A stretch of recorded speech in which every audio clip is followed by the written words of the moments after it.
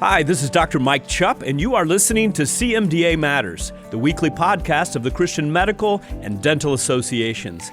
Well, it's a new year, and I hope you just enjoyed our new theme music for 2023. Today, before I introduce our guest, I just wanted to take a few minutes to say thank you for giving so generously in November and December. In December, I shared that this was a challenging season for CMDA. We actually had to make some tough decisions to get us back on track financially, and we needed to meet our year-end giving target of $655,000. I'm thrilled to let you know, friends, that we have exceeded this goal through the generosity of many, including many of you listening right now. We still have a few more gifts arriving and being accounted for, so I look forward to sharing our final results of your generosity very soon on this program. Solomon says in Proverbs 11:25, "The generous will prosper. Those who refresh others will themselves be refreshed." Thank you, friends, for refreshing us with your prayers, your words of encouragement, and this generosity. Our prayers are that you too will be refreshed now in early 2023. Well, our guest this week is Dr. Andre Van Mol, whose voice you've heard previously on CMDA Matters. He joined me recently to talk about the latest news coming out of the transgender debate. And I have to say, he is one of the premier voices in healthcare on sexual orientation and gender identity issues. There's been some major developments on this topic just in the last year or so, including the closure of a major gender clinic in the United Kingdom. Let's jump right into my conversation today with Dr. Andre Van Mol.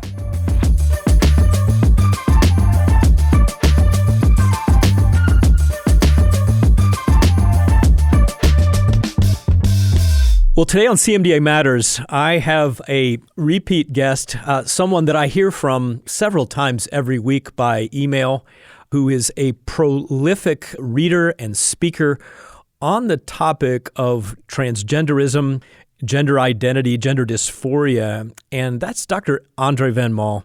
He's a board-certified family physician in full-time practice in California.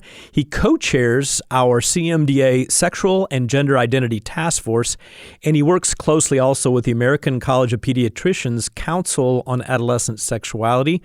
He's been working with our friends over at Alliance Defending Freedom in a coalition of professionals who are advising on policy matters addressing sexual orientation as well as gender identity. Dr. Van Mol serves on the boards of Bethel Church in California, and he and his wife, Evelyn, are both former U.S. naval officers. They've got 2 sons and 2 daughters, the latter of whom were among their 9 foster children. Andre, it is a privilege. Thank you for joining us again today on CMDA Matters. Thank you for having me on, Mike. Andre, I don't know of anyone, honestly, in our country who's more heavily involved in the battle against transgender ideology. I don't know anyone who's invested more time, energy in this battle for truth to win than you. Our transgender ideologues on the other side of this issue have leveraged the very real psychiatric disorder known as gender dysphoria and turned it into what could be called a transgender tornado with a wake of destroyed lives and families. And the battle seems to be primarily being fought in Europe and in the U.S., and you just happen to have returned from a journey to Brussels, where you gave testimony and got introduced to a number of members of Parliament. Tell us what that testimony and experience was like there in Brussels this last week. Yeah, I just got back from that recently. We are told it was the first of its kind conference to present against gender really transition affirming medical interventions in minors. We were invited by a German member of the European Parliament. It was a small conference, but we're told all such conferences in the European Parliament are small, but it was also simulcast on social media. So speaking there were myself, psychologist Laura Haynes from our CMDA Gender and Sexual Identity Task Force, Quentin Van Meter of AC Peds, Walt Heyer, probably well known to our listeners here, piped in by video, as did child psychologist Jeff Hansen. As you were saying, I did get to meet numerous members of Parliament who are on board with this, but looking for more information. Basically, the German MEP who, as I say, invited us to the dance, she and her staff considered the conference to be a radical success. Again, a lot of other contacts made and other information, exchanged aside from the conference. relationships forged, and they anticipate, future interaction with us. So a success all the way around. So we've been celebrating in 2022 a number of things that have happened, monumental changes that have been followed around the world, whether it's in the United Kingdom or in Sweden, in Australia, but specifically the Tavistock clinic situation and the National Health Service guidelines that have come out. Hilary Cass, I believe, I don't remember what her position was, but certainly a leading pediatrician from the past in the UK, and some guidelines that have come out from a task force and investigation. So do you feel like many of these European public policy health authorities are truly in the direction of backing off on aggressive affirmation and being more cautious and in some ways a lot more scientific than we are here in the U.S.? Yeah, very much so. I mean, one of the things I tell people when I talk to them is, we in the U.S., Canada, and Australia are driving the train over the cliff, where nations like the UK, Sweden, Finland, and now France that were full swing, pro-gender transition affirming care for minors are doing a 180, and they did it based, straight on the science. I mean, nobody can look at the UK, Sweden, and Finland and say, oh, it's the religious conservatives doing this, too low of a percentage of the population. And to this, we also need to add the state of Florida, what they've done both in their Medicaid division, now passing the rule that no manner of gender/transition affirming therapy will be allowed for minors, in the case of Medicaid, not minors or adults. And in the case of the Florida Board of Medicine, deciding to ban both hormonal and surgical procedures for gender dysphoric youth. And that was the first of its kind, was it not? I was actually in Florida in September and had an opportunity to share that with some of the Florida physicians in the crowd, pediatricians, that their state board was taking a look at this. Have any other state boards taken a look like Florida? Florida is leading the pack by far. Now, truth in advertising, I was involved as a consultant and remain so with the state of Florida on this thing. But the way it was done was with a keen focus, persisting on specifically what the question and the legalities were, as well as the scientific track record, and coming up with supporting documents that would be the kind of thing useful for other states and other countries. And so far, it's held up in its first court challenge. Backtracking a bit, if I may say, about the UK, Sweden, Finland, as well as Florida, all four did comprehensive literature reviews. I believe the most extensive was done by the UK, their National Institute for Healthcare Excellence, which goes by the acronym NICE, doing a review on gonadotropin-releasing hormone agonists. So we call that the NICE-1, and the other one on gender-affirming hormones, NICE-2.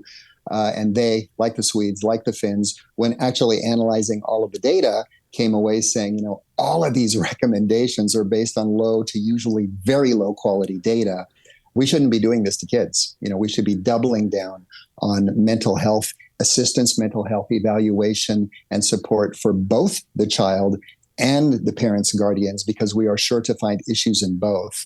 And that's not the way things are being presented in the US and Canada, or for that matter, Australia, where, they really want it to be transition on demand. You affirm or else. But we see that falling down in court in the U.S. now, too, courtesy of two different circuit courts, as you were alluding to earlier. Have you seen any impact of that change upon U.S. practices anywhere? Maybe we're talking about Florida, so there's maybe a change there, but anywhere else?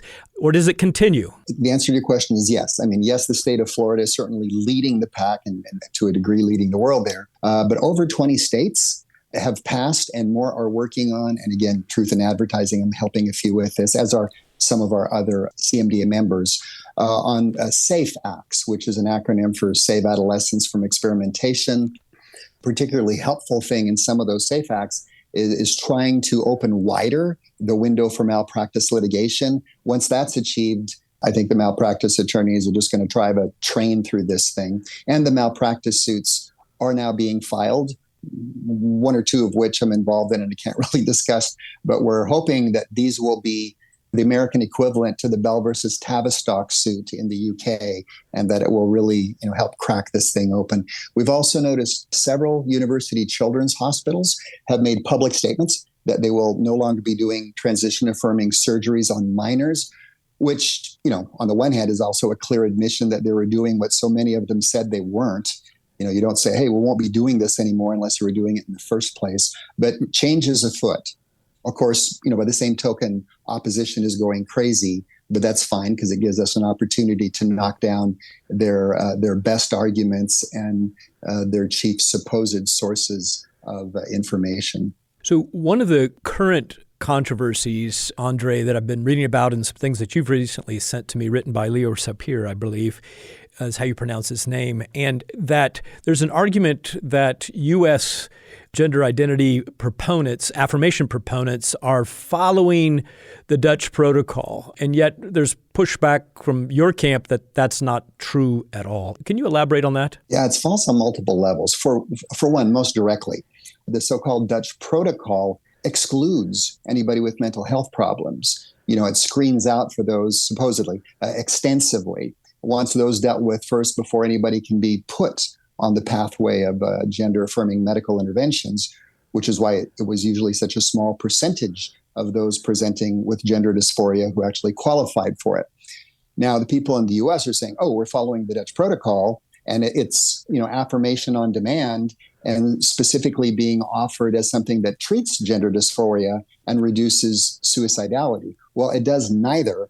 And to claim you're following the Dutch protocol as a means of treating the very people that the Dutch protocol excluded, as a matter of fact, it's double talk. And that was picked up on in testimony in Florida in one of the challenge court cases that has been won, even though other ones are underway. Could you tell our listeners maybe just 2 or 3 studies that you think are just rock solid, that provide the best medical evidence against engaging in changing, especially in children and adolescents, secondary sexual characteristics in patients with gender dysphoria?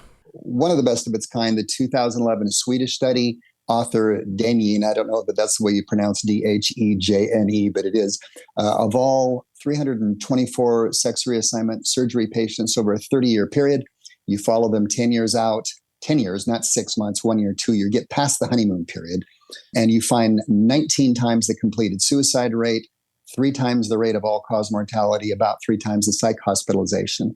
2019, that was the online release, 2020 for the print, the Brandstrom and Pachanka study, claiming to be the first of its kind total population study of 9.7 million Swedes, of course, looking at electronic medical records that ultimately showed neither gender-affirming hormone treatment nor gender-affirming surgery. And the reason I'm using different references, the first, the Dejne study has said sex reassignment surgery and the other has said gender-affirming surgery, is because that is how the authors themselves referred to it. Sure. But again, Brandstrom and Pachanka ultimately showing neither gender-affirming hormones nor gender-affirming surgery provided a reduction of any of the mental health treatment benchmarks they examined.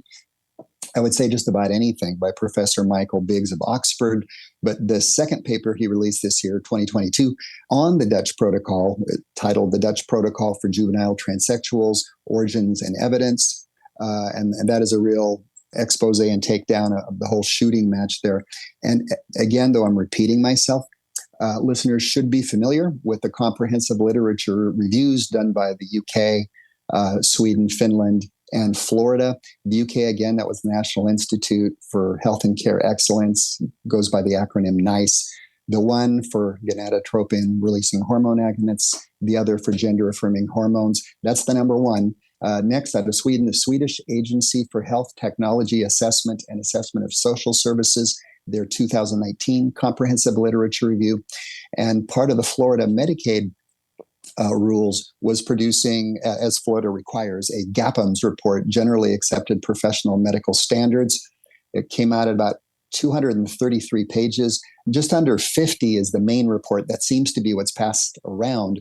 But the larger full report included a comprehensive literature review over about a 2-year period done by some professionals out of McMaster University in Canada. And they were, as we say, agnostic on the subject, had no opinion one way or the other. They just did the literature review.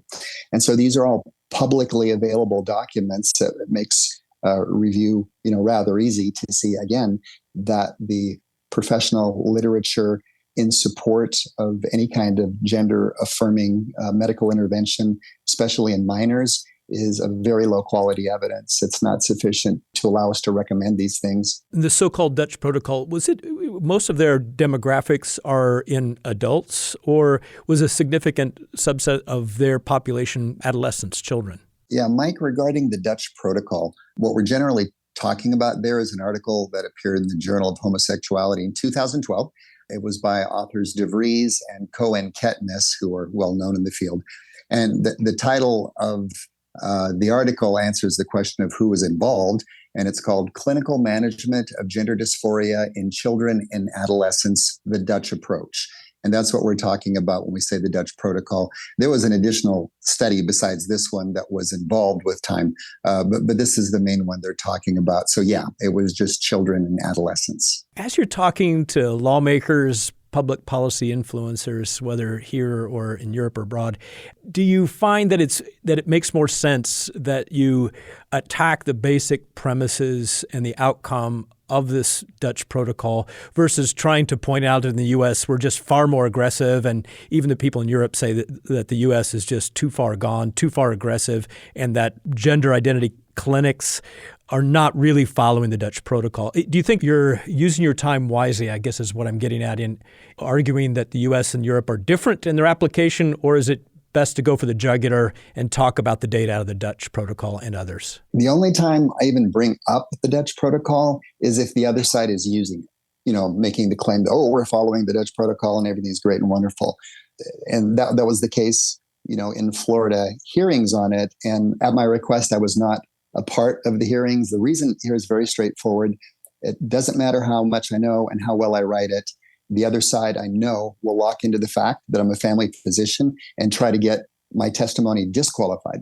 Whereas if we have pediatric endocrinologists, child adolescent psychologists or psychiatrists, plastic surgeons, and say a few detransitioners, their testimony becomes rather unassailable. But, on the back door of this, I am providing information like to the legal teams, the state agencies that might be involved. And I just find that works a lot better. So the direct answer to your question is we address the Dutch protocol when it is brought up by the other side. Otherwise, we go for the jugular by going with the main and plain, which is that gender dysphoria is a diagnosis, whereas transgenderism is an ideology, that the natural history of gender dysphoria is desistance by adulthood unless you interfere by affirming it, and it is interference. That there is the overwhelming probability of underlying mental health problems, adverse childhood events, family dynamic problems, and neurodevelopmental problems, by which we mean, of course, autism spectrum, and that those are what need to be dealt with, and that the reality of the probability of desistance and of these underlying issues is the reason the standard of care has been watchful waiting with intensive psychological evaluation of the patient and family, because that usually takes care of it, in the grand majority of the instances. Then, bringing up the suicide reduction myth and dealing with that, because the other side always goes for it. Mm-hmm. And then if they go for, the appeals to eminence as opposed to evidence-based science, by which I mean, well, this organization says it's great and that organization says it's great, then we go for the organization, be that WPATH, which is kind of easy to go after, or the American Academy of Pediatrics, whose pro-transition statement is by far the most radical in the U.S. And we know we're hitting the right chords because they react when we do that. But their reactions usually just provide an opportunity to address more bad studies that they'll bring up thinking that they're ironclad. So, we allow them to sink their own ship. 2022 was a pretty doggone good year in terms Yes. of court cases, in terms of what we talked about in the UK with the NHS and the closing of Tavistock and a relook there. Our listeners should know that it wasn't just in the Fifth Circuit where our efforts at CMDA with the help of Beckett and the Franciscan Alliance, 6 years in court and finally a final result of a permanent injunction against the 2016 transgender mandate that came out during the Obama administration. And then in the Eighth Circuit Court, just here in the last week or so, another decision is very similar to that, and also with Beckett and our same friend over there, our attorney Luke Goodrich was also involved there. What am I leaving out? Other things that happened in 2022, Andre, that are encouraging to you. Lots of TV specials. I've seen you in so many videos talking about these issues and about the science. Yeah, the information's getting out there. Again, the thing with Florida and multiple states trying to pass SAFE Acts. These high court decisions are a big help. And now that the right kind of malpractice cases are starting to be filed, what I'm hoping to see is that the social contagion now will no longer be transition, but will be, getting justice for the damage that was done to these formerly able-bodied young people who now have to live with chemical sterilization and surgical mutilation, again, of what was their healthy bodies. I've heard our friend over at the Colson Center for Worldview, their president, John Stonestreet, use the phrase inevitability hypothesis, and that we are subject to it so frequently as those of faith in healthcare and maybe other sectors in our culture, but that there's been this inevitability that we're just not going to be able to stop this transgender movement, but that it's not inevitable. Yeah, quite right. And, again, we're the CMDA, and what we're doing, is co-laboring with Christ, which like the New Testament tells us to do about a dozen times. And the idea is we're supposed to be involved in things that are bigger than we are, the big, deep waters that, truly, if God doesn't show up, we're sunk. But, again, I genuinely believe those things that we believe, as believers. And one thing I find, the analogy of Peter being invited to come out of the boat and walk on the stormy water to Jesus. What you look at Jesus, your eyes are there, you do okay. But if you choose to look at the stormy waters, you sink rather instantly. I mean, I'm not more than 15 minutes from sinking on any given day if my attention is on the wrong thing. Yeah, so, I don't let zeitgeist and media drive me. And that's an important thing for all our members, I think, regardless of what the subject is. But yeah, God's moving on this, and we are going to win it. The thing is, we want to win it sooner rather than later, because we're fighting for the lives and health of kids. It's justice. It's justice that we're fighting for. Why aren't more Christian healthcare professionals getting involved in standing up for a position that we've provided, with your wonderful help and others, a great transgender identity position statement? Is it an issue of busyness? Is it perceived lack of expertise? Is it fear because of those waves walking on the water you were talking about? Is it maybe even disagreement with a CMDA perspective? What do you think? Yeah, kind of all of the above. Time's a precious commodity, so time commitment is a sacrifice. It's true. There's no way around it. Perceived lack of expertise is a big thing for doctors. We're trained to be experts. So it's a hindrance to our extracurricular endeavors. And that holds true from evangelism right on down. But the thing is that can be overcome by, time on task and getting in the fight with good teams. I mean, teams are what help make this possible. Fear, yeah, that's real. And, you have reasons to be fear. I mean, I've told legislatures that there is the genuine risk, this is why they don't have more people testifying, the genuine risk of losing our reputation, our jobs, our career, our personal safety, and maybe that of our families. But again, this is about protecting minors and justice. So yeah, it's kind of worth it, right? Even if it ends up costing us. Disagreement with CMDA. Well, that comes easily if you're just listening to the zeitgeist and the sales pitches, which are designed to be winsome and emotion-provoking, but they're also wrong. And time's going to show that to be the case. How would you recommend those listening today get started in getting involved? And do you think there's some truth? Wow, Andre, I've never seen a patient, whether adult or adolescent or child, with gender dysphoria. How could I possibly get engaged in this discussion? How would you respond to that? We don't even necessarily have to be treating gender dysphoric patients. There's the public voice, all kinds of other ways to be involved, letters to the editor, supporting organizations that help. There's a good many things. But a few points I thought of here, Scripture instructs us to value and apply ourselves strongly to knowledge, insight, and wisdom. And that takes sweat equity, right? So one is to get informed. Secondly, call upon the Lord for that same guidance, wisdom, and insight. He asks us to do it. It's a real simple 2-part prayer in terms of when you are interacting with people that I learned from a pastor in the San Francisco area. And he says it's this: point 1, Lord, is this person teachable? Point 2, what would you have me to say to them? And I find myself breathing that one a lot. People value stories, even if they say they don't. That's why parables work so well. They're relatable stories. And there's all kinds of life stories out there, like Walt Heyer's and numerous others, available on Christian websites, conservative websites, et cetera. And, many of these people with regret aren't Christians, aren't conservatives. It's very much a hands across the aisle effort. Learn some of those life stories of those who have desisted with regret because of what they had already done, and others who went full bore and are detransitioning. Just get to know a few of those to be able to communicate it. And finally, I'd say put your limited time where it's going to do the most good, rather than getting bogged down in that troll gauntlet of social media. I have some friends that love, getting involved in social media. I just find it tiresome and, not that productive. 3 quotes here are good. One from writer Mark Stein: "The future belongs to those who show up." It's so simple, it sounds funny, but it's true. Havilah Cunnington, who's a churchmate of mine, says we succeed by outlasting the crowd. You may not look good, muddy, bruised, bloody, but last person standing wins. And third is Britain's Pastor Ade Omuba, who says to simply stand is to win. Be doing the right thing, be a presence, and that in itself is a victory. Well, I want our listeners to know that we do have some resources at CMDA. You can go to cmda.org/ethics, and you'll find about 90 position statements, including the one on transgender identity. And we're going to try to keep that as up to date as we can with the help of folks like Andre and colleagues who are, as you've heard, globetrotting, sharing about truth and unfortunately speaking to a minority, both in Europe and the U.S.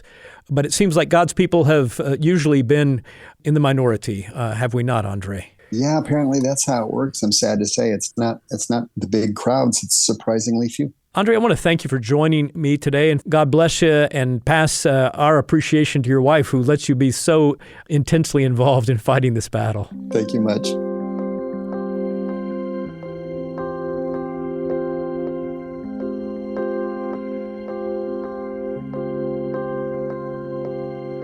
Well, this conversation with Dr. Van Maal only further convinces me that the transgender debate is truly the issue of our generation. And like Andre said, we are called as Christians to wade into the deep, stormy waters of this controversy, to advocate for biblical justice for our children and the next generations to come. Well, here at CMDA headquarters, we hear over and over again that people are in need of resources specifically related to the transgender topic. So we've developed quite a list of books and podcasts, blog posts, continuing education materials, and much more to help you navigate these challenges. I want to share a select few of those materials with you. First, during our discussion, you heard Andre mention a handful of journal articles and other academic literature that can be extremely beneficial to our members. You'll find a list of those in our show notes today to make it easier for you to gain access to them.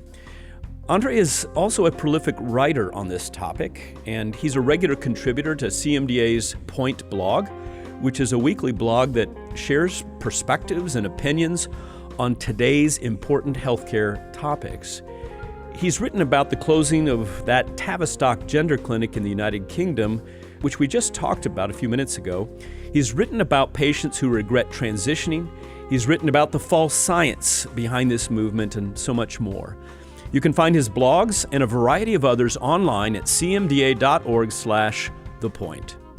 Next, I want to encourage you to check out our CMDA Learning Center. There are a handful of courses available right now for continuing education credit that discuss the transgender topic. For example, you can find recordings from a conference that we hosted last fall with the Hendricks Center at Dallas Theological Seminary, which we titled Critical Conversations on Identity and Gender. Plus, you can find other webinars that discuss the misnamed conversion therapy topic, the biblical, theological, and clinical perspectives of the transgender movement, and several others. All of these courses are free to our CMDA members. And I also encourage you to share them with your colleagues. You can find these courses and more in the CMDA Learning Center by going to cmda.org/learning. Plus, there are a few books in our CMDA bookstore that I know will prove helpful to you. First, you've heard us talk about on this podcast many times, is the book When Harry Became Sally, Responding to the Transgender Debate. Drawing on great insights from biology, psychology, and philosophy, author Ryan T. Anderson offers us a balanced approach to these policy issues, as well as a nuanced vision of human embodiment and a sober, as well as honest survey of the human costs of getting human nature wrong. He reveals a grim contrast between the media's sunny depiction and the often sad realities of gender identity struggles. He introduces readers to people who tried to transition but found themselves no better off, in fact worse. Especially troubling is the suffering felt by adults who were encouraged to transition as children but later came to regret it. And there's a reason that many do regret it.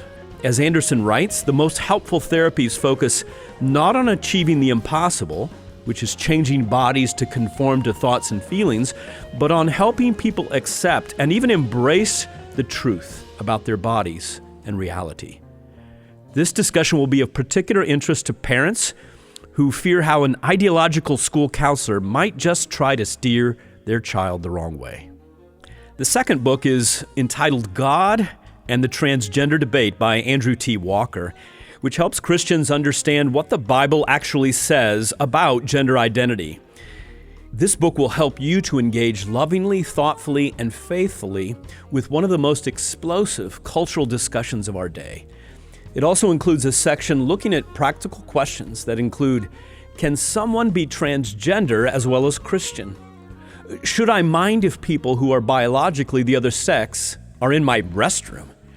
What should church leaders do if a congregation member asks for their child to be identified as the opposite gender?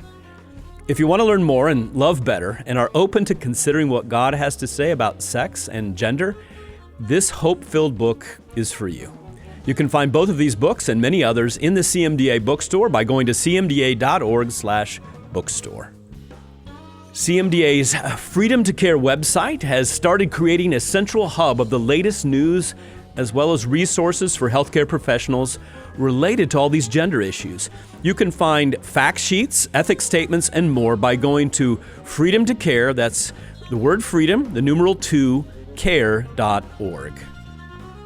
Speaking of position statements, if you haven't already checked out CMDA's ethics statements, I want to encourage you to do so now. These statements are designed to provide you with biblical, ethical, social, and scientific understanding of a variety of bioethical issues through concise statements articulated in a most compassionate and caring manner. CMDA's Ethics Committee spends countless hours researching and crafting these statements because we place so much value on providing these as resources for our members. Included in a long list of statements are statements specifically addressing transgender identification, homosexuality, conscience rights, and many more. These statements can be found at cmda.org/ethics.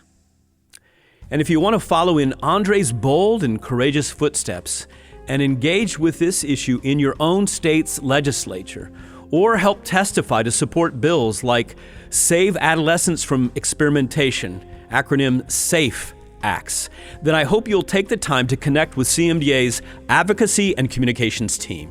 It's the beginning, right now, of a new legislative season, so right now is the time to get involved. Contact advocacy@cmda.org for more information. One final announcement for you before we close out this week's episode. Registration is now open for our next webinar with the Hendricks Center and Dallas Theological Seminary. That'll be on Saturday, February 4th at 10 a.m. Eastern Time. This webinar is entitled Critical Conversations on Pregnancy After Roe. This webinar is designed to help explore the daunting task that healthcare professionals as well as pastoral care professionals face amid discussions about complicated pregnancies in a post-Roe America. How do we speak effectively, truthfully, and graciously while giving meaningful care in such an environment? Join us for this critical conversation as we consider the theological, medical, legal, and pastoral perspectives required to serve our patients well. This webinar is free to CMDA members, so register now by going to cmda.org/events.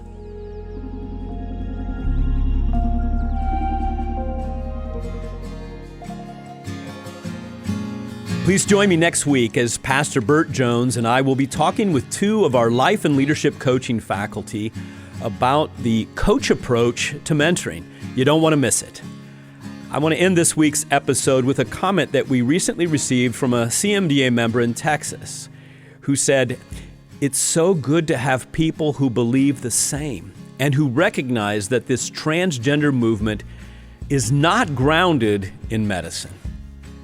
Well, just like Dr. Van Mall shared with us, the community of CMDA is called to co-labor with Christ in our daily work as we communicate patience, love, and truth to our patients, those who are struggling with gender dysphoria, as well as sharing that love and truth with their parents.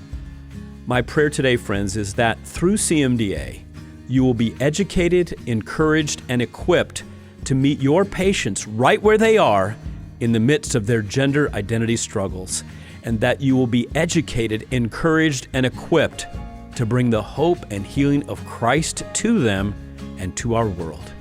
That's what matters to CMDA, friends, and CMDA matters more than ever. We'll see you next week, God willing. This podcast has been a production of the Christian Medical and Dental Associations. The opinions expressed by guests on this podcast are not necessarily endorsed by the Christian Medical and Dental Associations.